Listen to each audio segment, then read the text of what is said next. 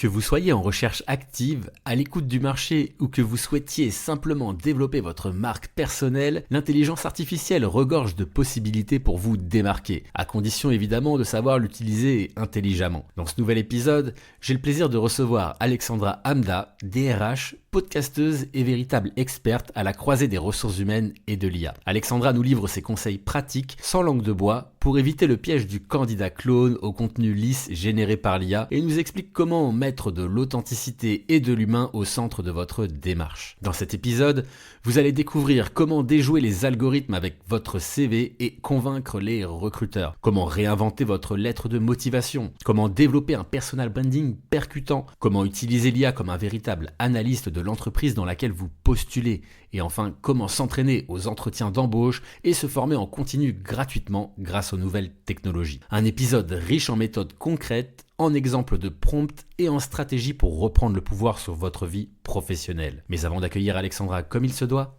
jingle. 3, 2, 1. Bienvenue sur Marque Employeur, le podcast qui t'accompagne dans ta vie professionnelle. À travers chaque épisode, tu découvriras plein de conseils pour trouver ta voie et t'épanouir dans ton travail. Je suis Guillaume Couder et je suis très content de te retrouver pour ce nouvel épisode.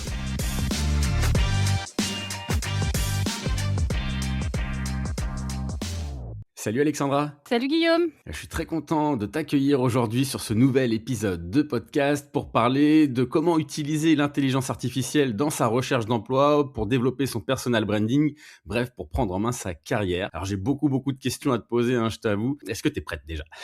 Allez, on va essayer d'être synthétique et de le faire en mode boîte à outils. Ok, allez, c'est parti. Donc, ma première question, c'est que les ATS, tu sais que ça filtre quand même pas mal de choses au sujet des profils. Quel conseil tu pourrais donner à un candidat pour optimiser son CV avec l'intelligence artificielle, justement pour passer cette barrière algorithmique qui fait un peu flipper parfois ? En fait, je pense qu'il faut avoir en tête qu'il y a deux barrières. Enfin, tu as vraiment deux filtres aujourd'hui avec les ATS et notamment quand il y a de l'IA dedans. Tu as l'algorithme, mais tu as aussi l'humain. Donc, il ne faut pas déshabiller Jacques pour habiller Paul, tu vois. Donc, c'est important déjà de passer le premier filtre. Donc, le premier filtre, c'est l'IA. Et pour le coup, faut savoir un petit peu comment un ATS, ça fonctionne. Et en fait, majoritairement, dans la plupart des ATS, tu vas avoir trois sujets.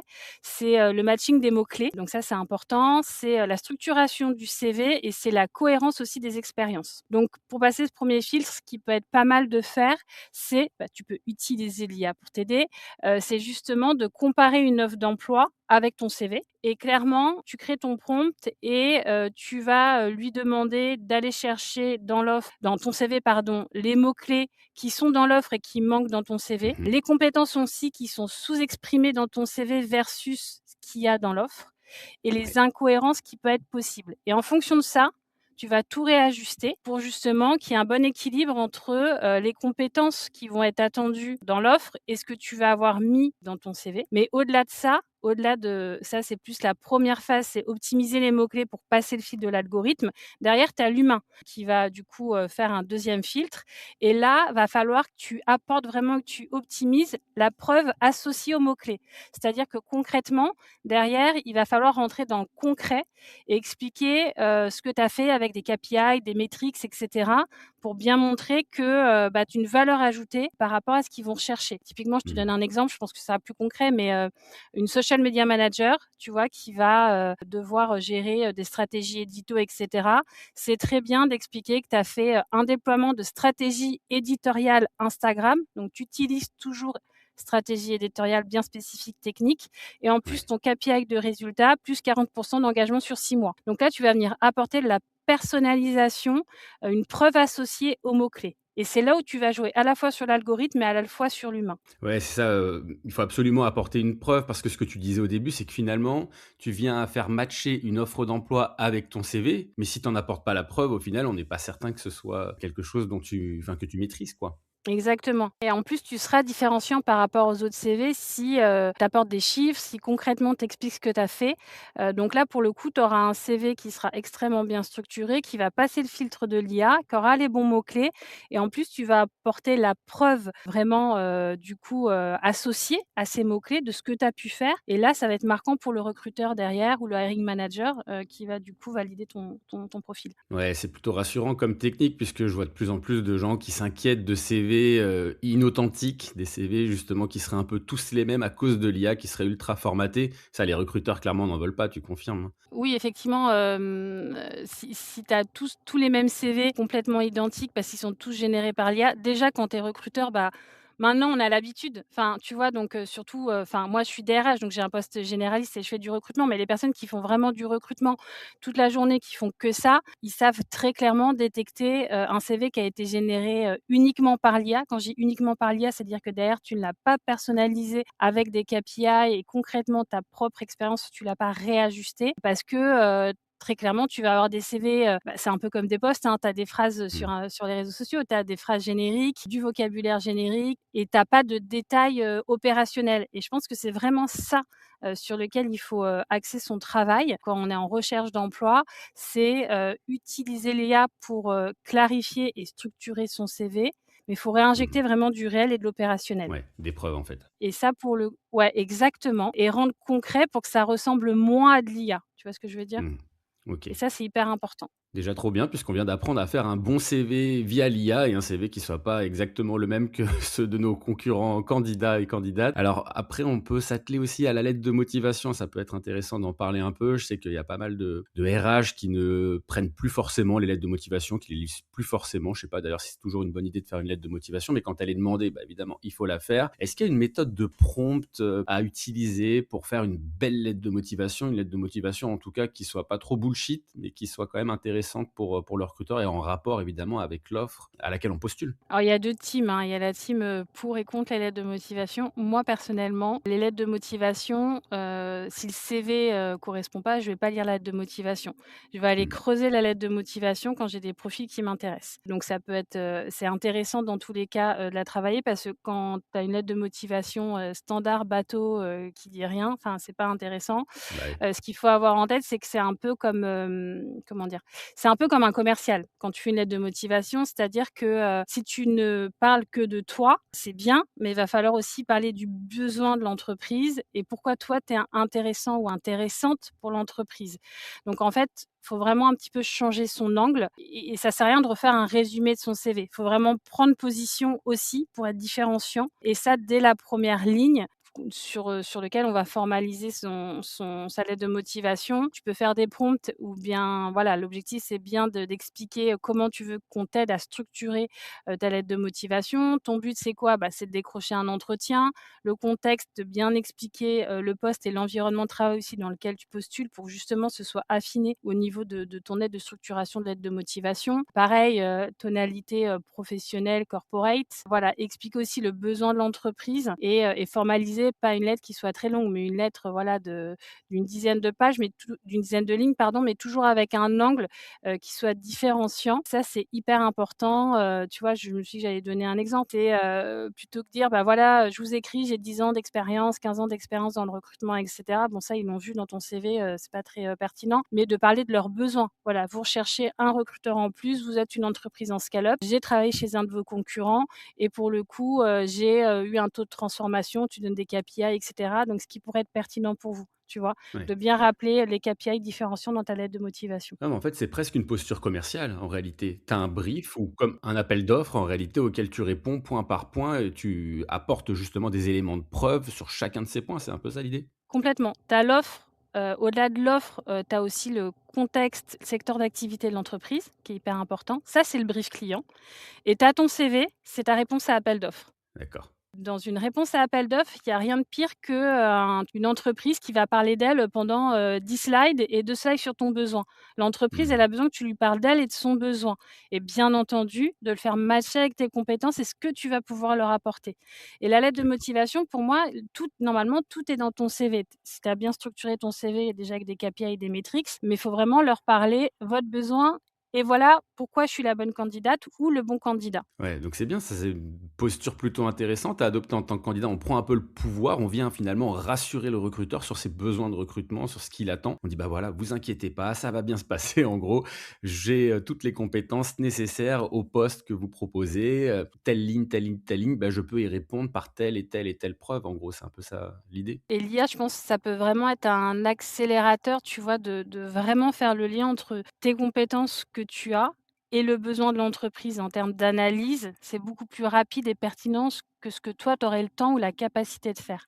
Ouais. Et ça t'aide, pour moi, c'est presque un premier entraînement pour, l'entretien, si tu passes le filtre algorithmique dans certains ATS ou le filtre, des, talent acquisition ou hiring manager. Ouais.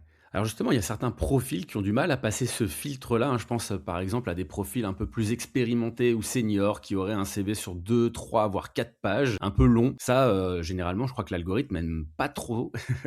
Est-ce que tu as des astuces justement, à donner à ces candidats, ou expérimentés ou profils seniors pour hacker ces biais et justement pouvoir remettre, leur expérience un peu en valeur sur les systèmes algorithmiques? Je suis pas une experte non plus de tous les ATS, mais, en tout cas, ce que j'ai pu voir et constater et lire surtout, enfin, le problème, si on prend le sujet des seniors, par exemple, si on parle des biais, de l'agisme notamment, qui est quand même un vrai sujet, c'est pas l'expérience le problème, mais c'est la capacité à l'IA de bien lire l'expérience, du coup, s'il y a une expérience qui est trop longue, de l'interpréter avec des biais et c'est souvent les profils seniors qui sont, pénalisés, parce que la machine a du mal, à lire, l'expérience ou va considérer que la personne, est trop âgée par rapport aux besoins de l'entreprise, ce qui est discriminatoire, je le rappelle. Donc en fait, Ouais, c'est pour ces profils-là, ce qui peut être pas mal, les profils plus seniors, hein, dont moi je fais partie, c'est peut-être tu vois, plutôt que d'aligner tes 15 ans d'expérience, avec, toutes les boîtes que tu as fait et cetera, c'est plutôt de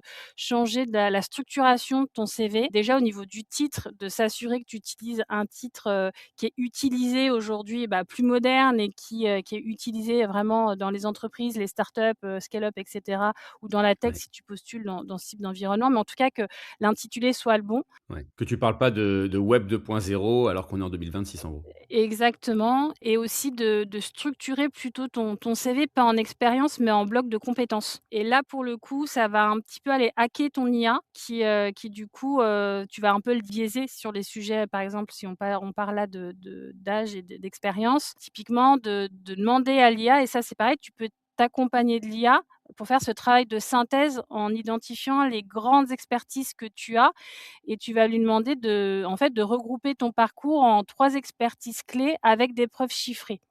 Et là, Mmh. tu vas avoir le bloc 1, je sais pas moi, faire scaler des équipes, bloc 2, optimisation des coûts, et tu vas dire, bah, voilà, ton impact que tu as pu avoir, côté EBITDA, enfin des choses comme ça. Donc toujours rappeler KPI, métriques hyper important, rapporter à des blocs de compétences. Plutôt que D'accord. de parler de expertise 1 de telle à telle année, expertise 2 de telle à telle année, et cetera. Ouais. Donc il faut à la fois que ton CV il reste lisible, qu'il soit structuré et que tu aies des KPI et des métriques pour chaque bloc de compétences. Ouais, c'est ça, c'est ce qu'aime l'IA en fait, c'est la structure, la Ouais. lisibilité, un peu comme un article qui serait bien pensé et qui performerait en première page Google avec des balises de titres H1, H2, H3. En fait, ton CV, ta lettre de motivation ou ton contenu, même au sens large, devrait un peu reproduire cette technique de structure et de lisibilité en fait, c'est ça, hein? Et effectivement, et là, dans ta lettre de motivation, tu fais un petit peu le travail inverse de ce que j'ai dit tout à l'heure. Tu pars toujours du besoin, mais là, tu Mmh. vas peut-être un tout petit peu expliquer davantage ton parcours pour, faire matcher et ton CV et ta lettre de motivation et que ce soit plus clair. D'accord, OK. Bah, alors là, on a parlé CV, on a parlé lettre de motivation, on décortique pas mal de sujets, hein. Merci Alexandra parce que franchement, ça vaut de l'or pour les candidats et les candidates qui nous écoutent. On va peut-être parler un peu de personal branding, hein. C'est un peu un gros mot, le personal branding pour certaines personnes ou pour certains étudiants, certaines étudiantes que je rencontre en école de com parfois. Et on va parler un peu de LinkedIn. Alors c'est vrai que sur LinkedIn, on voit de plus en plus de contenus, allez, que je qualifierais presque d'aseptisés, des contenus qui se ressemblent un peu tous. Comment justement on peut utiliser l'IA pour créer des contenus qui vraiment intéressent, des contenus avec du relief, des contenus qui soient pas justement les mêmes que tous les autres? Je comprends le côté, utilisation de l'IA à outrance et tous les posts se ressemblent, et le personal branding, c'est pas que LinkedIn, hein, mais ça y participe. Moi, ce que je conseille, c'est l'IA très clairement, surtout quand tu as pas forcément l'habitude de poster, d'avoir les codes aussi, parce que chaque réseau ont leur propre code. C'est important d'utiliser l'IA pour t'aider à structurer. Ça peut aussi te donner des idées. Maintenant, si tu restes là, à ce niveau-là, effectivement, tu vas avoir du contenu ultra générique et c'est pas là que ça va fonctionner. Parce que Mmh. pour le coup, faut vraiment, et ça, c'est hyper important, asseoir ta crédibilité par rapport à ton point de vue, et souvent avoir des verticales, enfin, une verticale notamment, ou ou ça peut être plusieurs, mais sur des sujets de ton expertise. Je vais te prendre un exemple dans les RH, qui pour moi a tout compris. Christelle Vogelat-Calipé, par exemple, qui elle communique beaucoup sur son expertise RH, mais à une autre verticale, va beaucoup parler d'inclusion et de diversité et notamment, être une femme racisée aujourd'hui et qu'est-ce que ça implique. Donc même si tu vas être amené à utiliser l'IA pour, par exemple, donne-moi des angles clivants sur, tel et tel thème, derrière ça donne des idées. Pour autant, la réflexion, elle doit venir de ton côté. Donc c'est un peu ce que je dis souvent, tu vois? L'IA, c'est un Cookéo ou ce que tu veux. Maintenant le chef 5 étoiles, c'est censé être toi. D'accord, Par exemple, tu peux lui dire: «Bah, donne-moi, 5 angles clivants sur le recrutement en 2026» et lui, il va te donner un exemple, voilà, le CV est mort. Tu vois? Il va te donner un thème. d'accord. Ouais. Maintenant, toi, le poste humain, tu peux partir de «le CV est mort», mais 80 des CV sont inutiles et souvent c'est de la faute de l'IA et là, tu vas donner ton point de vue et tu vas développer. D'accord. Tu apportes ton esprit critique, en fait, derrière tout ça. En Exactement. fait, l'IA t'aide à trouver une thématique, une accroche en réalité et derrière toi, ton rôle, ça va être de d'argumenter autour de cette, thématique qui est accrocheuse, quoi. Ça peut t'aider aussi à structurer ou analyser des Ouais. choses. Pour autant, il faut toujours que tu aies ton propre ton, que tu aies, tes propres sujets sur lesquels tu vas aller développer, ton expertise, sans pour autant que ce soit tout le temps ultra généraliste générique parce que là, pour le coup, effectivement, si tu demandes à l'IA de te faire tous tes contenus, sans apporter de personnalisation de ce que tu vas dire, c'est là où ça sert à rien, en fait. Oui, c'est ça. Puis c'est le propre du personal branding, c'est ce qu'il y a de personnel dans le personal branding. Si ça n'est plus personnel, ce n'est plus du personal branding, mais c'est ni plus ni moins qu'un copier-coller de ce que proposent les robots, quoi. Bah, l'IA, c'est un outil, mais Mmh. c'est pas faut pas en avoir une utilisation, c'est ce que je dis toujours, faut pas en avoir une utilisation abrutissante. Ça doit pas Ouais. faire à ta place, ça doit venir t'aider et voilà. Ouais. Bah, cet outil justement, il peut aussi nous aider à capter, des données qui sont un petit peu cachées, notamment des rapports d'entreprise qui sont de plus en plus accessibles. Bah, par exemple via des, outils comme, NotebookLM. Je ne sais pas si tu connais Ouais. NotebookLM? Ouais, plutôt pratique justement pour aller capter, tout un tas de données, sur le web un peu partout, même sur YouTube, des épisodes de podcast aussi qui peuvent être décryptés grâce à NotebookLM, donc peut-être que notre épisode sera un jour décrypté via NotebookLM. En tout cas, est-ce qu'on peut justement utiliser l'IA pour, analyser des rapports d'entreprise, accéder justement à des données un peu clés, des données de croissance par exemple relatives à ces entreprises et potentiellement justement, bah, créer des candidatures ultra ciblées? Ça, je pense que ça peut être hyper intéressant, soit dans des secteurs qui sont un peu bouchés, soit dans des zones géographiques aussi, parce qu'on parle beaucoup de Paris, mais il y a aussi, tout ne passe pas qu'à Paris. Mmh. Quand tu es dans des zones géographiques où il y a pas beaucoup de postes ou à contrario, une annonce où tu vas avoir, 10 000 CV et tu veux faire la différence. Ça peut être pas mal tu vois, par exemple, tu parlais de NotebookLM, ça peut être pas mal de mettre dans NotebookLM, une société. Si par exemple une société, SaaS, n'importe laquelle, bref, tu vas donner à NotebookLM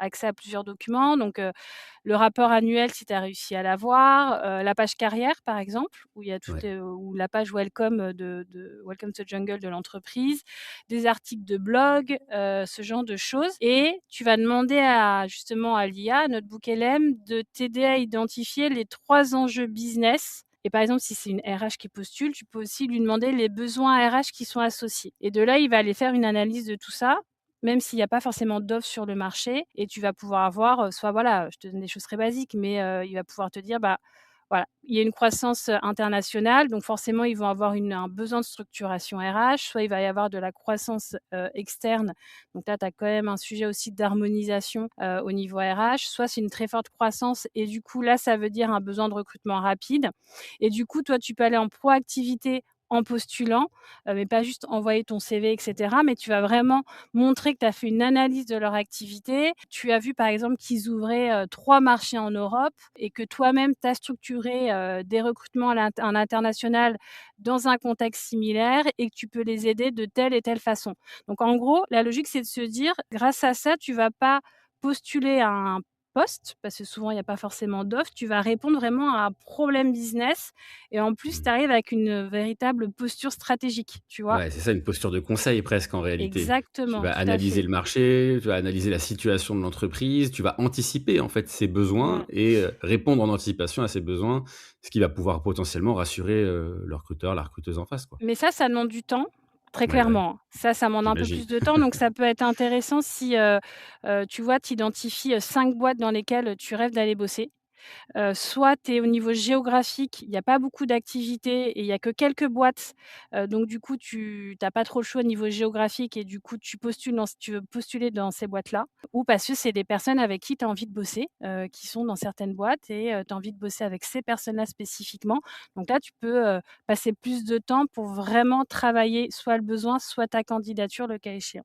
Ouais, puis ça peut être intéressant, au niveau d'un secteur d'activité en particulier. Je prends l'exemple de la défense, tu vois? Il y a encore quelques Mmh. mois, juste avant la guerre, la défense, on savait pas forcément s'il allait y avoir des recrutements, comment l'activité défense allait pouvoir évoluer. Donc là, potentiellement, tu anticipes l'évolution du marché grâce à l'IA et en fonction de l'évolution que tu pressens, bah, tu te dis, dans les boîtes de défense, il va potentiellement y avoir des recrutements et donc tu vas pouvoir cibler ta recherche d'emploi sur ces entreprises-là en Mmh. particulier, quoi.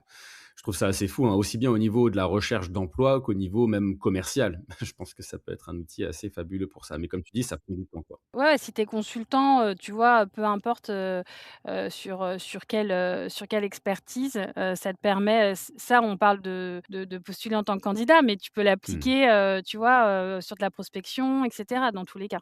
Ouais, je trouve ça vraiment intéressant. Bah, écoute, il y a aussi un petit sujet qui est celui de s'entraîner aux entretiens de recrutement et Mmh. ça, l'IA, on va pouvoir l'utiliser de plus en plus. Il y a des simulateurs interactifs, hein, qui commencent à émerger. Est-ce que tu aurais, je sais pas moi, un prompt idéal ou en tout cas une technique, une méthode justement pour s'entraîner efficacement à son entretien de recrutement avec l'IA? Alors c'est des choses qui sont toutes bêtes, mais que je pense, assez peu, de candidats ou candidates utilisent. C'est de demander à l'IA de te faire des simulations d'entretien. Mmh. Mais sur un poste, enfin, le rôle de l'IA, doit vraiment être un recruteur qui te met en difficulté pendant l'entretien. D'accord. Parce que ça va te challenger. Il faut justement demander que le rôle, ce soit, un recruteur, qui pose des questions difficiles, qui va te challenger à chaque fois tes réponses. Un recruteur vraiment qui soit exigeant, tu vois? Ouais, donc en fait, tu demandes à l'IA vraiment de te taquiner quoi, un petit peu, Exactement, de te mettre en de difficulté. exactement, de venir te chatouiller histoire de, voilà, de te dire, comment, quelle réponse, moi je vais pouvoir apporter aussi et demander surtout que l'IA te fasse un feedback précis et vraiment sans complaisance par Mmh. rapport à ce que tu as pu exposer pendant l'entretien fictif avec l'IA.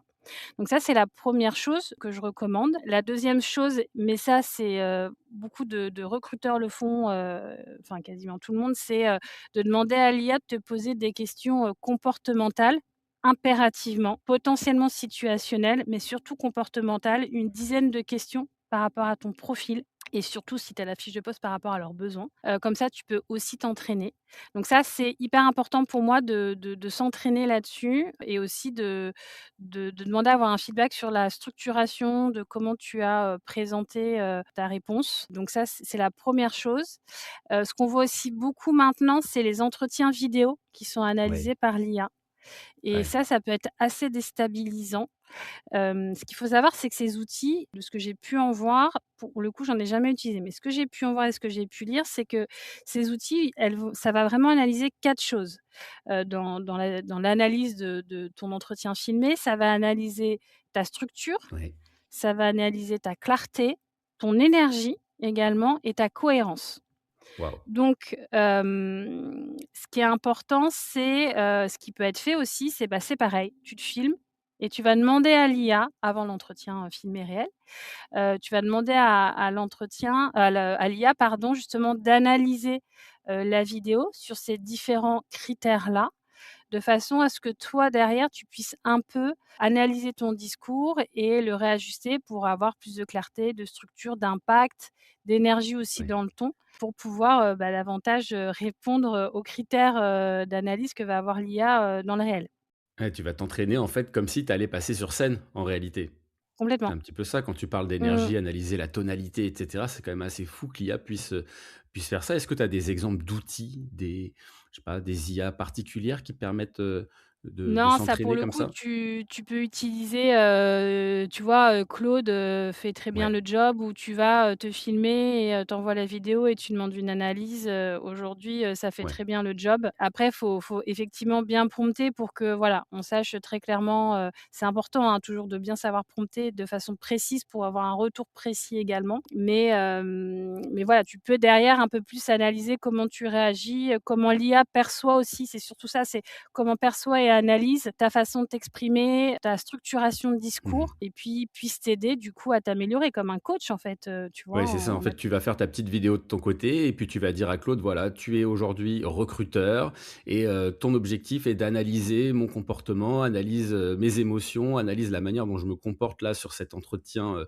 fictif ouais, et apporte-moi des conseils sur comment je pourrais avoir une meilleure posture et être beaucoup plus adapté au poste auquel je candidate. Et voilà. je te mets en pièce jointe la fiche de poste en question. Et voilà. Et en gros, il te coach de cette manière-là. Ouais, exactement et du coup, tu te fais des entretiens, ça te permet de t'exercer à faire des entretiens. Ouais.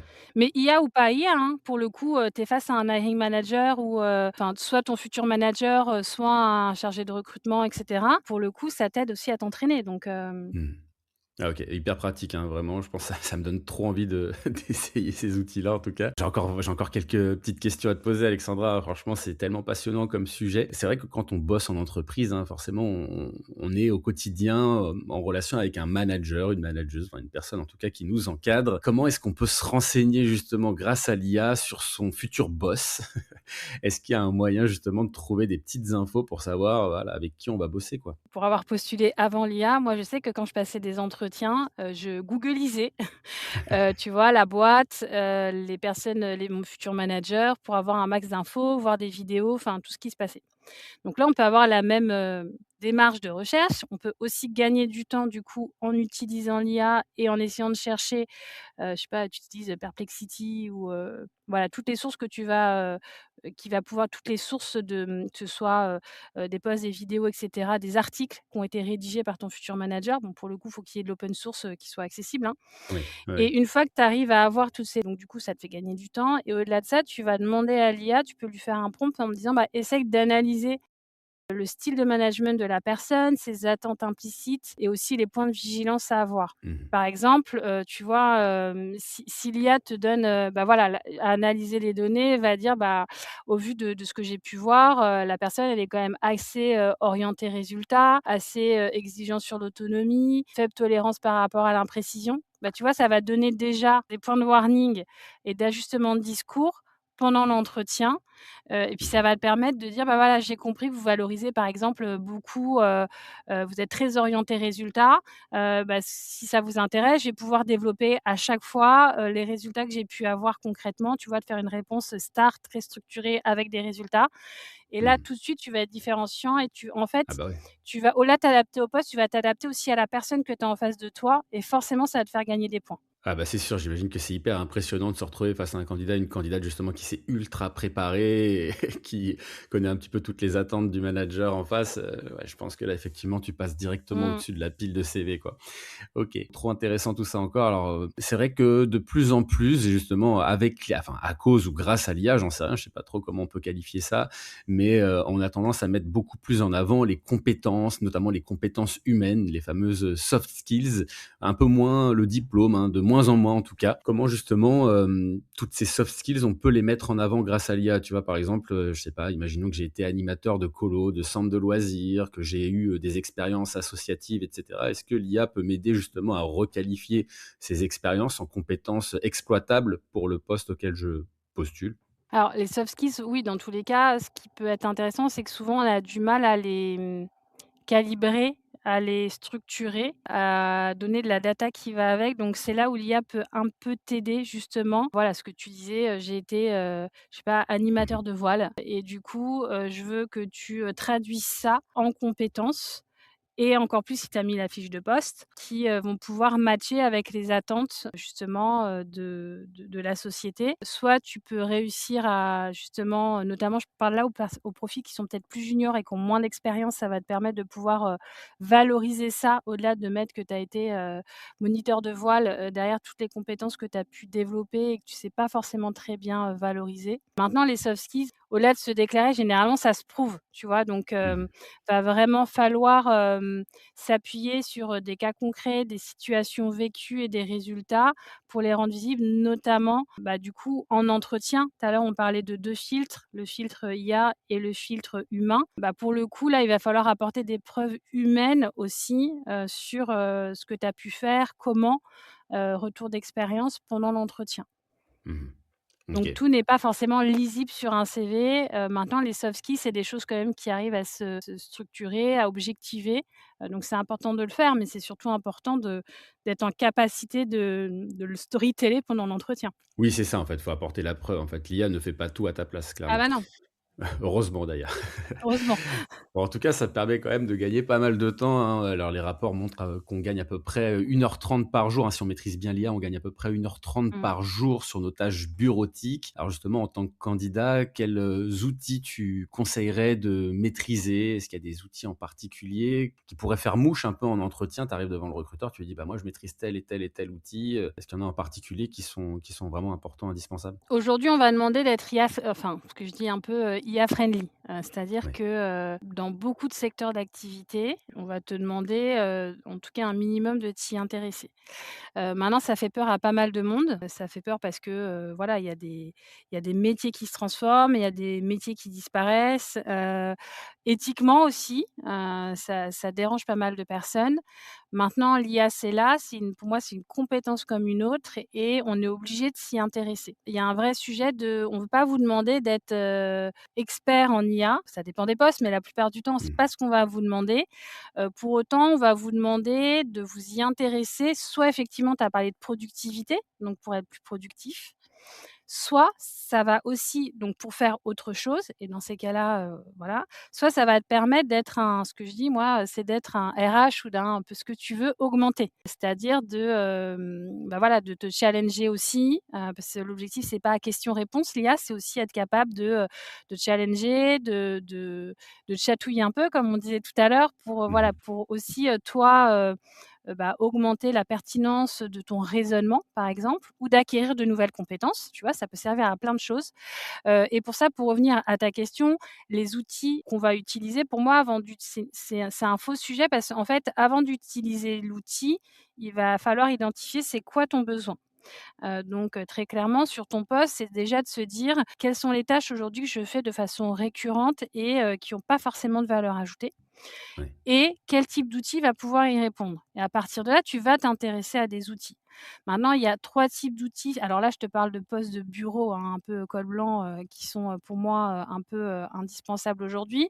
Tu as toutes les IA qui vont être les IA, conversationnelles, donc tu en as plein, Mistral, ChatGPT, Claude, en fonction de si tu préfères une IA, française ou pas, bref, Moi, après il y a j'utilise des choix à Gemini à éthiques. titre perso.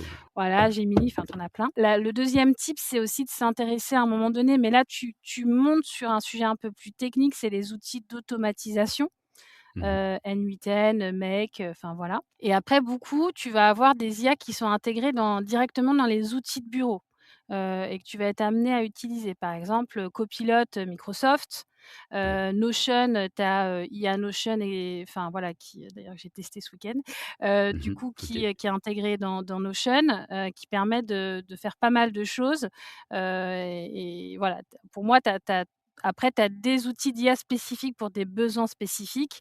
Maintenant globalement, ce qui est bien, c'est vraiment moi je suis dans une logique un peu, test and learn, c'est-à-dire, bah, déjà, va sur, ChatGPT, Claude, Gemini et cetera, vois un Oui. petit peu comment ça fonctionne, tu as identifié avant tes use case, donc voilà, il y a des choses qui vont fonctionner, des choses qui vont moins bien fonctionner. YouTube est ton ami plutôt, il y a plein Mmh. de vidéos assez courtes qui t'aident et puis après tu vas monter progressivement sur potentiellement de l'automatisation, créer des agents et cetera, mais ça c'est dans un deuxième temps. Mais voilà, ce que je veux dire, c'est qu'on va pas te demander d'entrer dans de la technicité d'algorithme, c'est pas ce qu'on te demande. Ce qu'on te demande, Ouais. c'est, comment l'IA peut venir, t'aider à, te challenger, à acquérir de nouvelles compétences, à être plus productif et ça, c'est important de s'y intéresser ou comment l'IA transforme ton métier aujourd'hui. Je pense aux développeurs, tu vois, par exemple. Il y a des vrais sujets aujourd'hui, on va pas forcément chercher des développeurs, si qui savent coder bien sûr, mais ils vont pas passer leur temps à coder. Ils vont plutôt être sur de Mmh. l'architecture de code, de structuration, de vérification. C'est pas le métier, il évolue. Donc tu es aussi obligé de au-delà des outils, de te renseigner, sur, comment évolue ton métier et comment tu dois t'y adapter. Ouais. En fait, on nous demande pas d'être un expert de l'IA, mais de savoir Non, l'utiliser. C'est un peu comme si tu es pas un expert du ménage, mais tu sais utiliser un aspirateur, hein, vraiment pour caricaturer. ouais, exactement. OK, je vois l'idée. Bon, peut-être une dernière question. Tu parlais de YouTube justement pour, se former, essayer de découvrir de nouveaux outils, de nouvelles méthodes et cetera.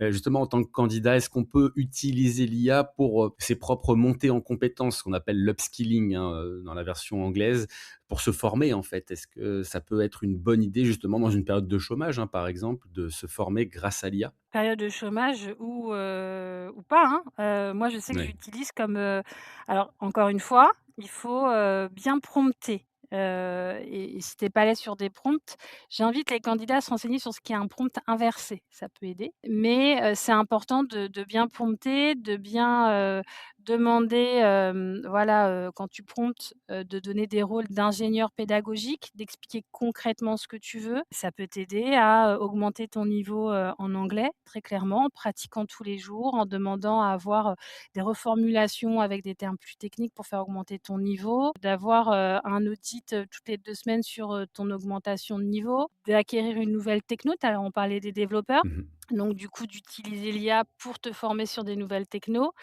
Ça peut être extrêmement efficace, ça coûte aussi beaucoup moins cher, on va pas se mentir. Je te Ouais, parlais de pour l'anglais tout l'instant. à l'heure, de l'espagnol pour l'instant, mais aujourd'hui, jusqu'à présent, beaucoup de personnes ne prenaient pas de cours, en one to one parce que, c'était extrêmement cher et qu'on ne pouvait pas se le permettre. Oui. Aujourd'hui, avec l'IA, tu peux parler toute la journée avec une IA en anglais, ça te pose pas de soucis, tu vois? Donc pour le coup, pour moi, c'est un vrai sujet aujourd'hui d'upskilling. L'IA, ça peut Ouais. vraiment t'aider à cranter, sur des choses sur lesquelles tu es moins à l'aise, que ce soit des thématiques, que ce soit des technos, que ce soit des compétences. Je trouve ça vraiment dommage de pas l'utiliser. Ouais, bah, j'imagine même pas quand l'IA sera intégrée justement aux assistants virtuels qu'on a à la maison, hein, les Alexa, les Google Home, et cetera. Mmh. Lorsqu'on pourra discuter au quotidien avec ce type d'assistant-là, ce sera quand même assez fou. Bon, bah, en tout cas, c'est top tout ça. On a fait quand même un grand, grand, grand tour de tout ce qu'on peut faire grâce à l'IA pour, candidater, pour développer son personal branding aussi. Est-ce que tu aurais un petit mot de la fin, Alexandra, même si c'est quand même très difficile de résumer tout ça en un seul mot? Bah, je vais le résumer en une phrase ou en tout cas, un conseil, c'est n'ayez pas ce que je disais tout à l'heure, une utilisation abrutissante de l'IA. Je pense que c'est Ouais. ce qu'il y a de pire. Pour le coup, ça doit vraiment être vu comme, ça doit pas faire à votre place, mais ça doit vous accompagner, vous challenger, vous aider à structurer les choses et cetera, mais ça doit pas faire à votre place. Ouais. C'est vraiment Oui. enfin ça on c'est bateau ce que je vais dire, mais il y en a beaucoup aujourd'hui qui l'utilisent comme ça et c'est pas là que ce sera différenciant et justement ça va pas vous aider, mais pour le coup ça fera l'effet inverse.